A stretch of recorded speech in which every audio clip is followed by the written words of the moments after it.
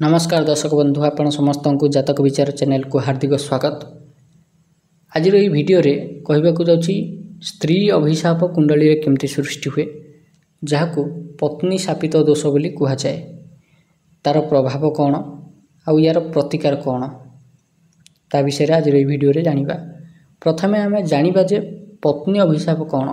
जदि कोनोसी मनीष ता पूर्व जन्म रे किंबा वर्तमान जन्म रे कौनसी स्त्री प्रति नारी प्रति अन्याय अत्याचार करथाए ताकू मानसिक जंत्रणा देई थाए शारीरिक पीड़ा देई थाए से भली क्षेत्र रे व्यक्ति को स्त्री अभिशाप लागे। क्यों क्यों कार्य कले स्त्री अभिशाप लागे।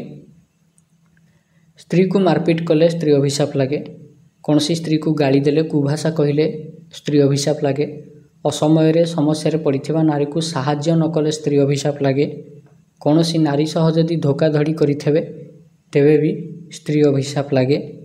विवाह करी सम्मान नदेले किंबा स्त्री रक्षणाबेक्षण दायित्व दूरे गले स्त्री अभिशाप लागे।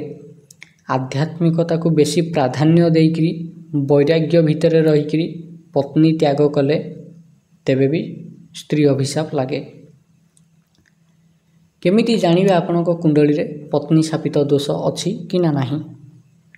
जेकोसी पुरुषर कुंडली रे शुक्र होउछंती विवाह कारक ग्रह और स्त्री कुंडली रे बृहस्पति होउछंती बाय डिफॉल्ट विवाह कारक ग्रह जदि आमे काल पुरुष कुंडली की देखिबा।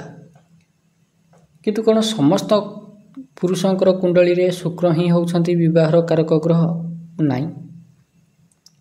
विवाह पाइका किंतु पुरुषंक कुंडली रे शुक्रंकर बलाबल को देखा जिबा निहाती जरूरी। प्रत्येक पुरुषर कुंडली रे लग्न चक्र थाए। राशि जेमती थाए सेमती गोटे लग्न थाए लग्न चक्र थाए। लग्न चक्र को देखिबे जोठी सप्तम घर पड़िबो से घरे जो राशि लेखा हेची सेई राशिंकर स्वामी ग्रह जीए से होउछंती से पुरुषर कुंडली रे विवाहर कारक ग्रह। आ जेबे जेबे सेई ग्रहंकर महादशा अंतर्दशा प्रत्यंतर दशा सूक्ष्म दशा प्राण दशा आसीबो से भलिया क्षेत्र रे से पुरुषर विवाह हबो। केमिति जानिबे आपनक कुंडली रे पत्नी शापित दोष अछि कि ना नाही। पुरुषर कुंडली रे जदि शुक्र कन्या राशि रे सप्तम घरे थांती तेबे जानिबे पत्नी अभिशाप लागिछि। कुंडली रे जदि शुक्र केतु एकत्र पंचम अथवा सप्तम किंबा लग्न घरे थांती तेबे जानिबे पत्नी शापित दोष लागिछि। कुंडली रे सप्तम घरे जदि क्रूर ग्रह पाप ग्रह बसी थांती एवं कुंडली रे चंद्र शुक्र उभय ग्रह पाप ग्रह को दृष्टि रे थांती तेबे जानिबे पत्नी शापित दोष लागिछि। यह हला तीनटा सूत्र। तेबे पत्नी शापित दोष लागिले कौन प्रभाव देखा जाए कौन लक्षण देखा जाए। प्रथम कथा होची विवाह हेई परिबो नाही। विवाह बहुत विलंब रे हुए जदि हुए विवाह करबा को जीवा समय अनेक बाधा विघ्न आसे। झियो देखिया को गला आलू निज परिवार रे किए गोटे लोक मरजीव किंबा जो झियो घर को जाइथबे देखिया को तार किए बंधु बांधव कुटुंब भितर किए गोटे मरजीव बारंबार एमती हिकरी विवाह भांगे। जदि कौन से प्रकार विवाह हेई जाए तेबे भी मन रे निज जीवन साथी को नेइकरी सबुले दुख एवं अफसोस लागिकरी रहे। वैवाहिक जीवन आदौ भल रहे नाही। महिला मानक सह संबंध सबुले खराब हुए। सच्चा प्रेम केबे भी प्राप्ति हुएनी। जदि भी प्राप्ति हुए खूब कम समय भितर दुहिंकर विच्छेद हो जाए। एभली लोक गोटे भल सोलमेट पाइबा पइका ईश्वरंक सामने भिक मागे किंतु पूर्व जन्मर कुकर्म फल जोगु ताकू सेतिकी भी मिलेनी। विवाह परे सबुले स्त्री सह खिटपिट होउथबो। घर को प्रवेश करिया मात्र के याडू साडू कथा कहिकरी तार स्त्री या ता कथा कहिकरी या ता नारे गपिकरी से पुरुष को फ्रस्ट्रेट कर दउथबो।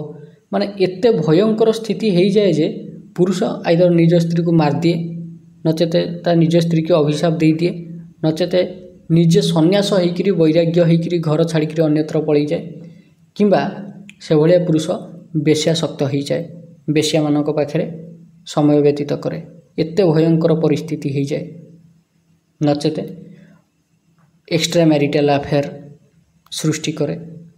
एते भयंकर परिणति जहा फल से लोकर निजस्व कुंडली रे थिबा पत्नी शापित दोष एक्टिवेट हुए ଆଉ ତାର ଦୁष्प्रभाव ଯୋଗୁଁ ଗୃହस्ଥ ସୁଖ ପ୍ରାପ୍ତି ହୋଇପାରେ ନାହିଁ। ତେବେ ୟାର ପ୍ରତିକାର କ'ଣ? ସତ କହିବାକୁ ଗଲେ ଆଜି ପର୍ଯ୍ୟନ୍ତ এই ଦୋଷର ପ୍ରତିକାର କ'ଣ ମୋତେ ବି ଜଣା ନାହିଁ। ଆଉ ପତ୍ନୀ ଶାପିତ ଦୋଷର କୌଣସି ପ୍ରକାର ପ୍ରତିକାର ମୁଁ କାହିଁକି କୌଣସି ଶାସ୍ତ୍ରରେ ଦେଖି ନାହିଁ। ଆଜି ପର୍ଯ୍ୟନ୍ତ ଯେତିକି ଜ୍ୟୋତିଷ ପାଠ ବହି ପଢ଼ିଛି ସେଥିରେ କେବେ ଦେଖି ନାହିଁ। ଲାଲ କିତାବ କଥା ଅଲଗା, ଲାଲ କିତାବକୁ ମୁଁ ନିଜେ ବିଶ୍ୱାସ କରେନି। ଯଦିଓ ପତ୍ନୀ ଶାପିତ ଦୋଷକୁ ସମ୍ପୂର୍ଣ୍ଣ କାଟିବା ପାଇଁକା ମୋ ପାଖରେ କିଛି ପ୍ରତିକାର ନାହିଁ, କିନ୍ତୁ କିଛି ଉପାୟ ଅଛି ଯାହାକୁ କରିବା ଦ୍ୱାରା ଏହି ପତ୍ନୀ ଶାପିତ ଦୋଷର ପ୍ରଭାବ ଯଥେଷ୍ଟ ମାତ୍ରାରେ କମିଯାଏ। ଗୋଟିଏ କଥା ମନେ ରଖିଥିବେ ଯେ ପତ୍ନୀ ଶାପିତ ଦୋଷ ଶୁକ୍ରଙ୍କୁ ନେଇକରି ହିଁ ଲାଗେ। ଏଣୁ ଯେବେ ବି ପ୍ରତିକାର କରାଯାଏ ସେତେବେଳେ ଶୁକ୍ରଙ୍କୁ ନେଇକରି ହିଁ ପ୍ରତିକାର କରାଯାଏ। ତେବେ କ'ଣ କରିବେ ପ୍ରତିକାର? 5ଟି ପ୍ରତିକାର କହିବି। ପ୍ରଥମ ପ୍ରତିକାର, ଗୌରୀଶଙ୍କର ରୁଦ୍ରାକ୍ଷକୁ ବିଧିବଦ୍ଧ ଭାବରେ ପୂଜା କରିକିରି ପ୍ରାଣ ପ୍ରତିଷ୍ଠା କରିକିରି ମନ୍ତ୍ର ଦ୍ୱାରା ସିଦ୍ଧ କରିକିରି ପିନ୍ଧିବେ। ଦ୍ୱିତୀୟ ପ୍ରତିକାର, ପ୍ରତ୍ୟେକ ଦିନ ଗୃହସ୍ଥ ସୁଖ ପ୍ରାପ୍ତି ମନ୍ତ୍ର ଜପ କରିବେ, ଯେଉଁଟାକି ଗୌରୀଶଙ୍କର ରୁଦ୍ରାକ୍ଷ ଉପରେ ପ୍ରୟୋଗ କରାଯାଏ। ଆଉ ସେ ଭିଡ଼ିଓ ମୁଁ ଓଡ଼ିଶା ତନ୍ତ୍ରଜ୍ଞାନ ଚ୍ୟାନେଲରେ ପକାଇଛି। ତୃତୀୟ ପ୍ରତିକାର କ'ଣ? ପ୍ରତ୍ୟେକ ଶୁକ୍ରବାର 100ଟି ଗାଈଙ୍କୁ ଖାଇବାକୁ ଦେବେ। ଲଗାତାର 45 ଶୁକ୍ରବାର କରିବାକୁ ଏହି ପ୍ରତିକାରଟା ପଡ଼େ। ଓନ୍ଲି ଶୁକ୍ରବାରକୁ ଶୁକ୍ରବାର କରିବେ, ସବୁଦିନ କରିବା ଦରକାର ନାହିଁ। 100ଟା ରୁଟି ନେଇଯିବେ, 100ଟା ଗାଈଙ୍କୁ ଖୁଆଇଦେବେ। ଚତୁର୍ଥ ପ୍ରତିକାର, ମାସକୁ ଥରେ କିମ୍ବା 3 ମାସରେ ଥରେ ଯେବେ ବି ନବରାତ୍ରି ଆସିବ, ନବରାତ୍ରିରେ ଯେଉଁ ଶୁକ୍ରବାର ପଡ଼ିବ ସେଦିନ ଛୋଟ ଛୋଟ ଝିଅମାନଙ୍କୁ ଘରକୁ ଡାକିକିରି ତାଙ୍କୁ ଭୋଜନ ଏବଂ ଦକ୍ଷିଣା ଦେଇକରି ବିଦା କରିବେ, ତାଙ୍କର ଆଶୀର୍ବାଦ ନେଇକରି ବିଦା କରିବେ। ପଞ୍ଚମ ପ୍ରତିକାର, ସଧବା ସ୍ତ୍ରୀ ଲୋକଙ୍କୁ 16 ଶୃଙ୍ଗାର ଦ୍ରବ୍ୟ ଦାନ କରିବେ। ଅବଶ୍ୟ ଏ କଥାଟା ସତ କି ଆମ ସମାଜରେ ସଧବା ସ୍ତ୍ରୀ ଲୋକ କେବେ ବି 16 ଶୃଙ୍ଗାର ଦ୍ରବ୍ୟ କାହାରିଠୁ ଦାନରେ ନିଅନ୍ତିନି। ୟାର ଅଲ୍ଟରନେଟିଭ୍ କ'ଣ? ଯଦି କୌଣସି ଗରିବ ଲୋକ ତା ନିଜର ଝିଅ ବିବାହଘର କରୁଛି, ତା ଝିଅ ବାହାଘରରେ ଆପଣ ନିଜ ସାମର୍ଥ୍ୟ ଅନୁସାରେ କିଛି ସାହାଯ୍ୟ କରିପାରିବେ। ତାକୁ 16 ଶୃଙ୍ଗାର ଦ୍ରବ୍ୟ ଦେଇପାରିବେ, ସଜସଜ ପାଇଁକା ଜିନିଷ ଦେଇପାରିବେ କିମ୍ବା ଅନ୍ୟ କୌଣସି ବସ୍ତ୍ର ହେରିକା ଦେଇପାରିବେ, ତାକୁ ସାହାଯ୍ୟ କରିପାରିବେ, ଆର୍ଥିକ ହେଉ କିମ୍ବା ଅନ୍ୟ କୌଣସି ପ୍ରକାରର ହେଉ। କିନ୍ତୁ ଗୋଟେ କଥା ମନେ ରଖିଥିବେ ଯେ ଯଦି ଆପଣଙ୍କ କୁଣ୍ଡଳୀରେ ପତ୍ନୀ ଶାପିତ ଦୋଷ ଅଛି ଏବଂ ଶୁକ୍ର ଆପଣଙ୍କ କୁଣ୍ଡଳୀରେ ଯୋଗକାରକ ଗ୍ରହ, ତେବେ ଭୁଲରେ ବି ଚାଉଳ, କ୍ଷୀର, ଦହି, ଘିଅ, ମହୁ, ଧଳା ବସ୍ତ୍ର ଏସବୁ ଦାନ କରିବେନି। ଯଦି କୁଣ୍ଡଳୀରେ ମାରକ ହୋଇଥାନ୍ତି ତେବେ ଦାନ କରିପାରିବେ, କିନ୍ତୁ ଯଦି ଯୋଗକାରକ ଗ୍ରହ ହୋଇଥାନ୍ତି, ଭାଗ୍ୟାଧିପତି ହୋଇଥାନ୍ତି, ଲଗ୍ନାଧିପତି ହୋଇଥାନ୍ତି, ପଞ୍ଚମେଶ ହୋଇଥାନ୍ତି, ତେବେ ଭୁଲରେ ବି ଏସବୁ ଜିନିଷକୁ ଦାନ କରିବେ ନାହିଁ।